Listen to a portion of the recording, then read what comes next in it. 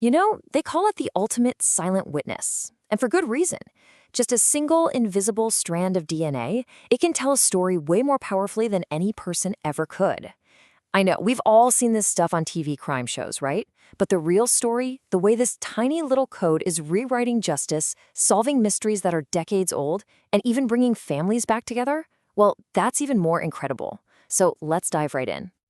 So just picture this for a second. Imagine a crime scene. There's no weapon, no witnesses, nothing. It looks like a dead end. But what if? What if the person responsible left behind an invisible calling card? A clue so powerful it could place them, without a doubt, right at that exact spot. Well, that is the incredible power of forensic DNA. And honestly, it all boils down to one simple, powerful idea. And here it is. We call it a biological fingerprint. It's a fantastic way to think about it, right? Because just like the unique patterns on your actual fingertips, your DNA sequence is one of a kind. It's completely, totally yours. Well, unless you happen to have an identical twin, of course. But that one core principle, that's the key. That's what makes everything else we're going to talk about today even possible. Okay, so let's start where DNA forensics really made its name, the crime scene. This is ground zero, It's the first and most famous place where that biological fingerprint becomes an investigator's absolute best friend. So where are they finding this stuff? Well, that's the wild part. It's left behind in the most ordinary, everyday things.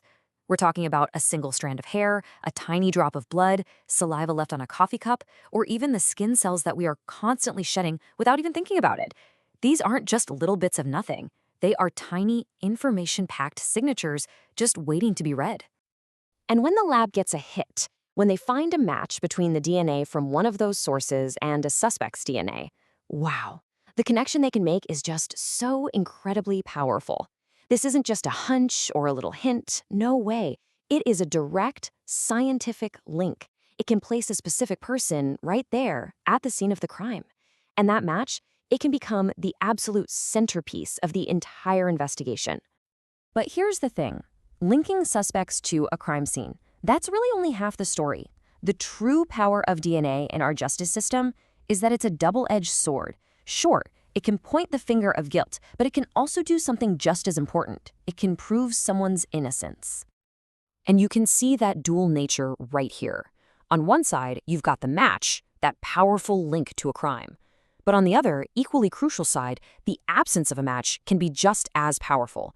It can prove, without a shadow of a doubt, that a particular person was not there. And believe me, this is not just some abstract idea. This power to exonerate has had a massive, life-changing impact. It's literally rewriting history for people who were wrongly convicted. We're talking about hundreds of individuals, some of whom spent decades locked away, who have now been proven innocent and set free, all thanks to DNA testing. It is a truly powerful tool for correcting injustice. So, okay, it's clear that DNA is an absolute game changer in active criminal cases. No doubt about it. But its ability to give us answers, that reaches so much further. It's helping us make sense of the past and finally bring closure to questions that have been left unanswered for years. I mean, just look at how diverse the applications are. It's used to identify victims after terrible disasters, which is so crucial for giving families closure. Of course, it can establish paternity and confirm family ties with near-perfect certainty. It's breathing new life into cold cases, some that people thought would never be solved. And in assault cases, it can be the single piece of crucial evidence needed to get justice. In so many different situations, DNA is bringing clarity where before there was only uncertainty. Just think for a moment about the aftermath of something like a plane crash or a huge natural disaster.